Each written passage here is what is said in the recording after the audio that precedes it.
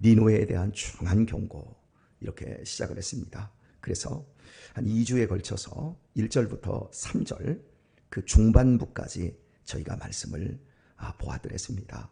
니느웨 하면 제일 먼저 요나 선지자를 떠오르게 되어집니다. 니느웨는 아수르의 아시리아라고 하는 나라의 수도입니다. 당시에 나훔 당시에 가장 큰 제국이었고 인류 역사에 나타난 이 제국주의를 표방하며 주변의 나라들을 다 잡아먹었던 나라이기도 합니다. 그러면서도 너무나도 포악하게 주변의 나라들을 억압하고 핍박하고 죽이는 이런 일들을 벌였던 아주 끔찍한 제국이 아시리아였습니다. 그리고 나훔 당시에는 이미 아시리아라고 하는 이 나라가 북이스라엘을 멸망시켰습니다. 그리고 유다라는 나라를 아주 무시하면서 너희가 믿는 하나님이 어디 있느냐 이런 식으로 유다 백성들을 공포에 떨게 하고 절규하게 했던 상황, 이런 상황 속에서 나훔 선지자가 니느웨가 결국에는 멸망하게 될 것이다, 하나님이 니느웨를 박살낼 것이다 라고 하는 말씀을 기록으로, 묵시의 글 기록으로 보여주었습니다. 그래서 직접적으로 이 나훔서는 아시리아 백성들을 경고하고 있지만 이 말씀을 받는 사람들의 수신자가 유다 백성이라고 하는 겁니다. 니느웨가 하나님의 진노 속에서 처참하게 깨지면 굉장히 무시무시한 말씀들을 하고 있는데 이 말씀을 아시리아에게 당하고 있는 유다의 입장에서는 굉장히 위로가 되는 말씀이 될 수밖에 없습니다. 그래서 나훔이라고 하는 이름의 뜻이 위로입니다. 위로자.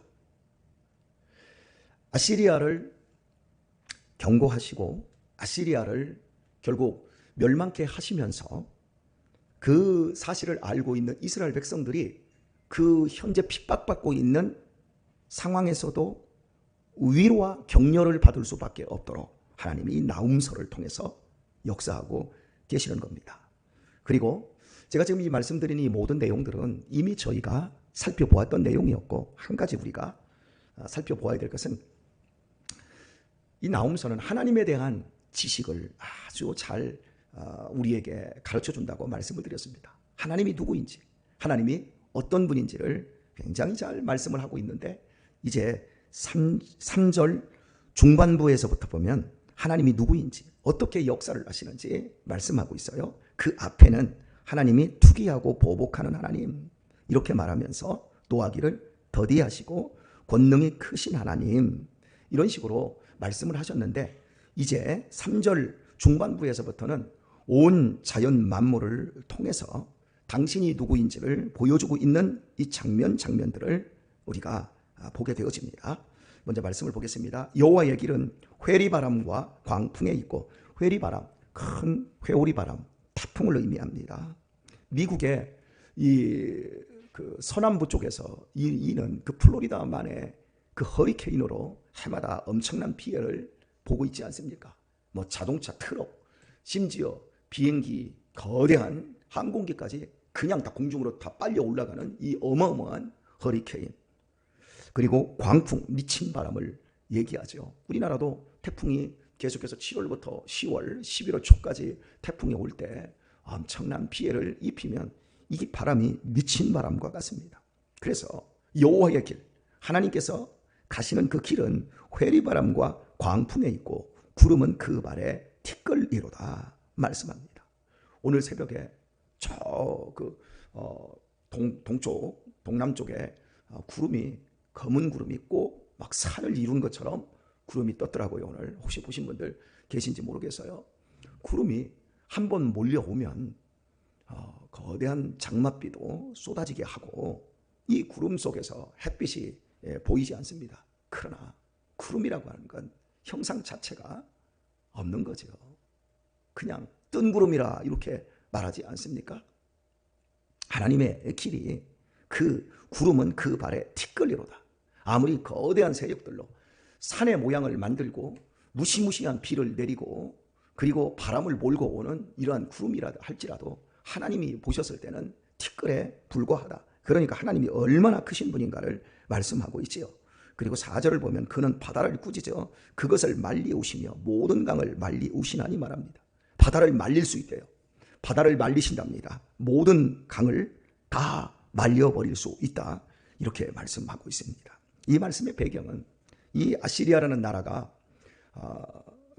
발전하고 그들의 문명을 이룰 수 있었던 것이 현재의 유프라데스 강에서 발원을 했어요. 강이 없으면 도시 문명이 나올 수가 없습니다. 4대 문명, 이거 우리 학생 때 이게 배운 건데, 인더스 문명, 인더스 강, 그리고 중국의 황하, 양쯔강, 이런 큰 강을 중심으로 해서 이루어지고, 나일강, 이집트 문명, 이런 문명들, 그리고 오늘 본문에 나오는 이 나움서가 되는 유프라데스와 티그리스 강에서 만들어진 이 문명, 이렇게 여러 4대 문명들을 이렇게 이야기를 합니다. 강이 없으면 안 돼요. 자, 하나님이 이 강을 말려버리면 무슨 일이 벌어질까요? 사람들은 살 수가 없는 거예요. 우리 지금 이 수도권은 한강을 중심으로 해서 삽니다. 한강이 말라버린다면 무슨 일이 벌어질까요? 다 죽습니다. 아마 3, 4일 정도 지나면 폭동이 일어날 것이고 다 죽을 겁니다. 그런데 하나님은 이런 강을 말리신다고 말씀합니다. 아시리아라고 하는 이 제국이 유프라테스와 티그리스 강 이 유역에서 발원해서 지금 전 세계를 아우르는 제국으로 많은 나라들을 괴롭히고 있습니다. 그리고 이렇게 말하고 있습니다. 유다 백성들을 괴롭히면서 네 하나님이 어디 계시냐? 네 하나님은 죽었다. 없다. 그런데 하나님이 그 큰 나라를 바라보시면서 너희가 유프라테스를 의지해서 지금 기고만장하지만 내가 너희들이 의지하는 그 강을 내가 말려버릴 수 있어. 이렇게 지금 경고하고 있는 거예요. 그리고 바산과 갈멜이 쇠하며 레바논의 꽃이 이우는도다. 이우는도다는 말은 시들게 한다라는 의미입니다. 바산골란이라는 말을 들어보셨나 모르겠어요. 분쟁의 대상인 지금 시리아 위쪽. 이쪽으로부터 굉장히 비옥하고 또 물이 풍성한데, 그리고 또 그 밑에 갈멜이라고 하는 이 지역은 갈멜산, 여러분 영적 전투의 현장이죠. 이 갈멜산 지역 근처에 무기토라고 하는 지역이 있어요. 이 지역이 비옥하고 우리나라의 6.25 때 가장 요충지 중에 하나가 백마고지였어요. 그래서 백마고지 전투, 낮에는 우리 국군이, 저녁에는 북한군이 이렇게 소유할 수 할 정도로 치열했던 이 장소, 이 바로 갈멜이에요. 그런 장소들을 왜 서로 잡으려고 했을까요? 그만큼 좋은 곳이기 때문에. 이런 곳, 레바논은 꽃과 나무가 굉장히 많은 곳입니다. 그래서 레바논의 백향목은 그냥 다른 나무가 아니라 우리나라 소나무라고 생각하면 됩니다. 이렇게 광야 지역, 사막기후 기후, 아열대 기후의 중에서도 굉장히 비옥한 지역들을 하나님이 다 말려버리실 수 있다, 이렇게 말하고 있어요. 그리고 5절을 보면 그로 인하여 산들이 진동하며 작은 산들이 녹고 그의 앞에서는 땅곳 세 개와 그 가운데 거하는 자들이 솟아오르는도다. 산들이 왜 진동하지? 화산활동 때문에 그렇죠. 지진활동 때문에 그렇죠. 그래서 산들이 무너져 내리고 오히려 골짜기가 올라가서 산들이 되어버리는. 여러분, 우리나라 세계에서 가장 높은 산이 어디죠? 에베레스트 산이죠. 그 히말라야잖아요. 이 산들이 가장 신생한 산들이라는 거 아세요? 신생이라고 하는 건 가장 근자의 화산활동에서 이루어졌다. 원래 이 에베레스트 산 이 지역은 바다였습니다.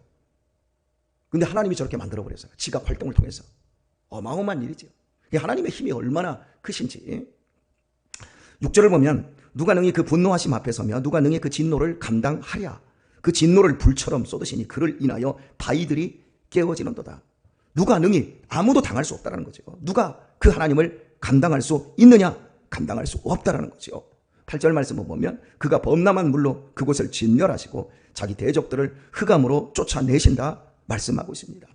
하나님에 대해서 무시무시한 하나님이심을 우리들에게 그 정보와 지식을 알려주고 계십니다. 이런 하나님을 어떻게 감당합니까? 이런 하나님을 누가 그 앞에 당당하게 설 수 있겠습니까? 그런데 하나님에 대한 지식이 없으니까 아시리아 같은 이런 나라들이 하나님의 백성들을 대적하고 하나님의 나라를 우습게 봅니다. 결국 아시리아는 역사의 무대에서 없어지고 맙니다. 하나님이 경고한 대로 그렇게 이루어내십니다. 바다를 말린 것처럼, 강을 말린 것처럼, 그리고 화산 활동을 통해서 인간은 도저히 막아낼 수 없는 그러한 능력으로 나움 선지자가 경고한 대로 그대로 이루어졌습니다. 자, 그런데 이 말씀 가운데 7절에 오늘 우리들이 이 새벽에 우리들에게 하나님이 위로하시고 격려하는 말씀이 들어있어요. 7절을 보면 여호와는 선하시며 환난 날에 산성이시라. 그는 자기에게 의뢰하는 자들을 아시느니라 말합니다. 여기서 선하다는 말을 표현은 이겁니다. 선하다 그러면 무슨 착하다 이런 의미가 아니라 좋다라는 의미예요. 선하다, 도부, 좋다. 하나님이 보시기에 좋았더라, 심히 좋았더라. 이게 창세기에서 천지 만물을 창조하시고 하나하나 당신의 피조물들을 만들어내실 때 하나님이 좋다, 좋다 이렇게 말씀하잖아요. 이 좋다라는 단어와 선하라, 선하다라는 이 단어가 동일한 단어입니다. 저는 어부들이 싸움하는 걸 봤어요. 목포에서 어른들이 배를 막 대면서 막 싸우는데 정말 입이 걸더라고요. 그리고 막 모션도 금방 죽일 것 같아요. 얼마나. 그래서 제가 그때 알았습니다. 이 뱃사람들이 거칠다. 그래서 뱃놈 이렇게 말하는 이유가 바로 거기 있다. 이걸 제가 알았거든요. 그런데 저 남태평양 바다에서 우리나라에서 최초로 고기를 그 원양어선 선단을 이끄시고 고기를 잡으셨던 우리 고 김대준 집사님께서 항상 저한테 말하는 게 이 바다에서는 언제 죽을지 모르기 때문에 무슨 일을 당할지 모르기 때문에 사람들이 거칠 수밖에 없다. 이렇게 말하면서 자기가 봤던 장면들을 이야기합니다. 파도가 한번 딱, 파도의 힘이 얼마나 센지 쇳덩어리 당신의 손으로 말합니다. 쇳덩어리가 이 정도 되는 게 그냥 다 휘어버린다는 거죠. 그리고 바다의 이 풍랑, 그 바다의 크기가 얼마나 큰지 가도 섬 하나, 육지 하나 없는 이런 바다에 가보면 정말 하나님의 그 위대함을 알게 되어지고 북두칠성이 있잖아요. 이제 예전에는 지금은 내비게이션이 있으니까 인공위성 그 GPS 기능이 있으니까 그걸로 이제 바닷길을 찾지만 예전에는 하루에 아침과 저녁 때 샛별이 뜰 때 그때 컴파스를 가지고 자신의 위치를 이렇게 계산을 한대요. 그걸 이제 해양대학 나온 그 1등 항해사, 2등 항해사, 그리고 조타수, 그리고 선장 이런 사람들만 그 작업을 한다라는 거죠. 그때 본인이 항상 그 이 컴파스로 재면서 북두칠성 있잖아요. 북두칠성 있으면 여러분 보세요. 별이 이렇게 있고 그다음에 이제 북극성 있지 않습니까? 그게 변함없이 북극성이 그 자리에 있다는 거죠. 그 북극성을 가지고 자신의 위치를 정확하게 바다 한가운데 그 망망한 바다 한가운데서 그걸 잰대요. 그때 본인이 느끼는 게 이런 걸 아무리 파도가 치고 아무리 거대한 파도에 의해서 그 망망한 바다에서 떠 있다 할지라도 하늘의 별만 보면 자신의 위치를 정확하게 아는 것. 그래서 어떻게 저걸 하나님이 만들어 놓으셨는지 기가 막히다. 내가 길을 잃지 않는 것은 하나님의 말씀 때문이다. 이런 말씀을 우리 김대준 집사님께서 하셨던 것을 생각이 납니다. 그리고 또 한 가지는 본인이 지금까지 보았던 오징어 있잖아요. 대왕 오징어. 여러분 그 큰 배를 오징어가 이렇게 막 감싸는데 오징어 같은 문어과잖아요. 그걸 감싸는데 여러분 생각해 보세요. 원양어선은 거의 그 크기가 전투함 많잖아요. 그런데 그 앞부분을 이 문어가 다 감싸버리더라는 거죠. 그런 큰 물고기를 보면서 정말 입이 쫙 벌어졌다. 그런 말씀들을 하셨어요. 그러면서 본인이 이제 일본 사람들을 데리고 처음에는 우리나라 사람들이 원양어선 이걸 경험이 없으니까 일본 선원들이 거의 대부분이고 한국 선원은 소수였거든요. 그런데 워낙 거칠었다. 그런데 이 거친 무섭게 자연과 싸우면서 고기를 잡는 이런 사람들이 가정으로 돌아가면 어떨까요? 자기 자식들에게 만약 딸이 있습니다. 그보다 좋은 아버지가 없는 거예요. 그보다 상냥한 아버지가 없는 거예요. 저 역시도 참 아버지라고 하는 게 이런 거구나. 가족을 보호하기 위해서는 불의 사자처럼 행동할 수 있겠지만 내 가족을 가족 안에서 살아가는 그런 삶의 모습은 정말 부드럽고 저는 우리 엄태경 장로님이 손녀딸이 있잖아요. 손녀딸 이렇게 사진 이렇게 가지고 이렇게 엊그저께도 그 손녀딸이 우리의 아들 녀석들 어디가 있는지 다 보고를 한다고. 그럼 할아버지 이렇게 하면서 그 표정 속에서 손녀딸에 대한 그 기쁨, 감격, 이 사랑스러움이 얼굴에 막 이 핸드폰을 이렇게 보면서 말씀하시면서 그게 묻어나는 거예요.